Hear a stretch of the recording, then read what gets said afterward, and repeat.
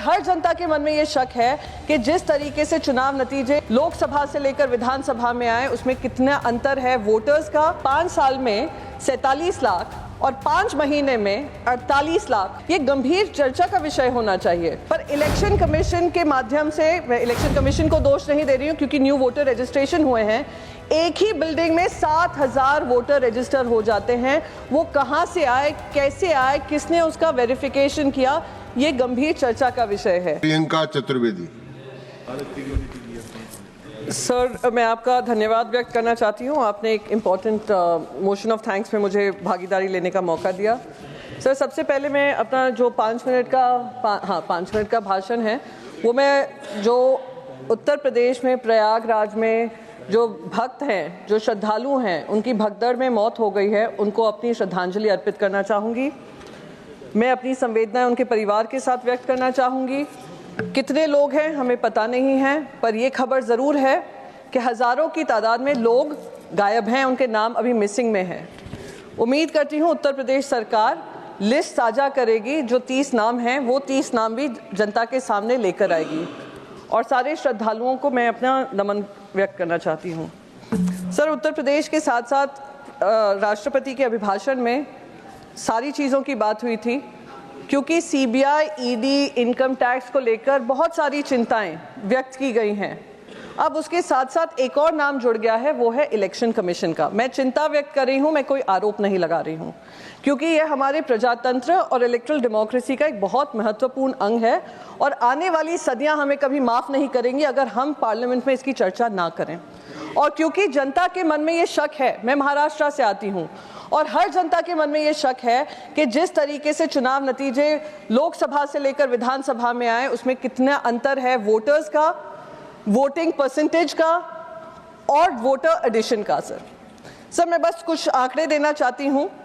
72 lakh registered voters थे, जो नए वोटर्स 5 महीने में लोकसभा में जिन्होंने शायद वोट नहीं किया था, विधानसभा में बाहर निकलकर उन्होंने वोट किया है। 47 लाख वोटर्स ऐसे थे जो न्यूली रजिस्टर्ड थे। और मैं आपको बता दूं, 2019 से लेकर 2024 में करीब 47 लाख ऐड हुए थे। 5 साल में 47 लाख और 5 महीने में 48 लाख वोटर एडिशन हुए हैं। ये गंभीर चर्चा का विषय होना चाहिए, क्योंकि आज सत्ता उनके हाथ में है, कल हमारे हाथ में होगी। अगर मिसयूज होता है इलेक्शन कमीशन या कहीं से भी अंडरमाइन होता है, ये हमारी इलेक्ट्रल डेमोक्रेसी पे चोट पहुंचती है।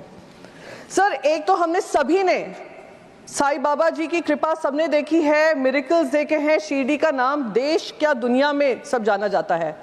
पर इलेक्शन कमीशन के माध्यम से, मैं इलेक्शन कमीशन को दोष नहीं दे रही हूँ क्योंकि न्यू वोटर रजिस्ट्रेशन हुए हैं, एक ही बिल्डिंग में 7,000 वोटर रजिस्टर हो जाते हैं।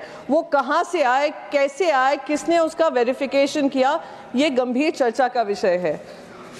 7.83% वोटर टर्नआउट लास्ट के 1 घंटे में महाराष्ट्र में होता है, जिसका अगर हम एब्सोल्यूट नंबर्स में ट्रांसलेट करें तो 76 लाख वोटर्स आकर वोट करते हैं लास्ट 1 आवर में। तो ये सारी चर्चा का विषय होना चाहिए। सर, जो माननीय राष्ट्रपति हैं उन्होंने पुणे और ठाणे मेट्रो स्टेशन के बारे में बात की, जो महाराष्ट्र के इम्पोर्टेंट 2 प्रोजेक्ट्स हैं। पर सर, उनमें 1 साल का डिले, 6 महीने का डिले और जो राइडरशिप है उसमें भारी कमी है, गिरावट है और वो लॉस मेकिंग हो रहे हैं। इस पे भी मैं मानती हूँ उन्होंने वाह भाई वाह तो लूटा है, पर सत्यता क्या है उससे देश को अवगत नहीं कराया है। सर, महाराष्ट्र में एक स्कीम का लॉन्च हुआ, जैसे ही लोकसभा में हार हुई, एक स्कीम महिलाओं के लिए लॉन्च की जो कहा था लाड़की बहन स्कीम है। उसमें खुले हाथ से सारी महिलाओं को, जिसने अपना नाम डाला था उन सबको जो पैसा प्रॉमिस किया था वो उनको दिया है। जैसे ही इनकी सरकार बनी है, अब ये 60 लाख महिलाओं का नाम काटने की होड़ में लगे हुए हैं। और जो महिलाओं को मिले थे, जो लाड़की बहन के स्कीम के अंतर्गत पैसे मिले थे, वो भी उनसे खींचने को लगे हैं। और आपस की छींटाकशी में सरकार में जो आने वाली जो स्कीम है, जो उनको पैसे मिलने चाहिए, वो भी उनको नहीं दिए जा रहे हैं। राष्ट्रपति जी ने बात की आयुष्मान भारत की। सर, पंजाब और हरियाणा के जो प्राइवेट अस्पताल हैं उन्होंने आयुष्मान भारत स्कीम डिसकंटिन्यू कर दी है, क्योंकि 600 से 800 करोड़ का जो उनका बकाया है उनको टाइम से दिया नहीं जा रहा है। इससे प्रभावित कौन होता है? प्रभावित वहाँ की जनता होती है, वो गरीब जनता जिनको ये वादा किया हुआ है कि वो अगर हेल्थ क्या उनको फंड चाहिए उनको मिलेगा। सर, कॉर्पोरेट प्रॉफिट्स जो हैं 15 साल के हाई पे हैं, यानी इतना कॉर्पोरेट प्रॉफिट्स हो रहा है, इजाफा हुआ है कि 15 साल जो कॉर्पोरेट्स ने नहीं देखा होगा वो उनका इजाफा हो रहा है। पर मिडिल क्लास की बहुत चर्चा कर रहे हैं, मिडिल क्लास को लेकर बहुत वाह-वाह लूटी है। उनका जो इनकम है वो स्टैग्नेंट है, जो सैलरीड क्लास है वो स्टैग्नेंट है, और कोविड के बाद से जो कमी आई है वो कमी अभी भी बरकरार है। जो सबसे गंभीर जिसको चोट पहुंची है वो सेल्फ एम्प्लॉयड है, self-employed citizens who are honest taxpayers of this country। 38% उनके पैसों में, इनकम में गिरावट आई है, उसकी बारे में कोई चर्चा नहीं की गई, जो मैं मानती हूं कि एक दर्दनाक और दुखदाई विषय है। हैव एंड हैव नॉट्स के बीच में जो अंतर है वो इन आंकड़ों में ही स्पष्ट हो रहा है, जो इसके बारे में राष्ट्रपति जी ने कुछ नहीं कहा है। मेक इन इंडिया की बात हुई सर, पर क्या आपको पता है कि 40% जो सरकारी बिड्स भी आते हैं वो मेक इन इंडिया नॉर्म्स को फ्लाउट कर विदेशी कंपनियों को वो बिजनेस देते हैं। करीब 6,000 करोड़ के जो टेंडर्स हैं वो विदेशी कंपनियों को दे दिए जाते हैं। उसमें से कितनी चाइनीज हैं मैं इसमें बात नहीं करना चाहूंगी, क्योंकि अगर चाइना के बारे में खुलासा किया तो ये इनको दर्द होने लगता है, इनको मिर्ची लगने लगती है। चाइना से क्या प्रेम है मैं नहीं जानती हूं, पर चाइना से हमें कोई प्रेम नहीं है, इसलिए मैं उनके बारे में उजागर करूंगी कि मेक इन इंडिया प्रोजेक्ट में जहां सरदार वल्लभ भाई पटेल जी की स्टैच्यू में भी मेड इन चाइना का स्टैंप हो, वो हमें मंजूर नहीं है। सर, मैं लास्ट अपना मुद्दा रखना चाहूंगी और आपका आभार व्यक्त करना चाहूंगी, क्योंकि आपने मुझे सारे मुद्दों पे बोलने का मौका दिया।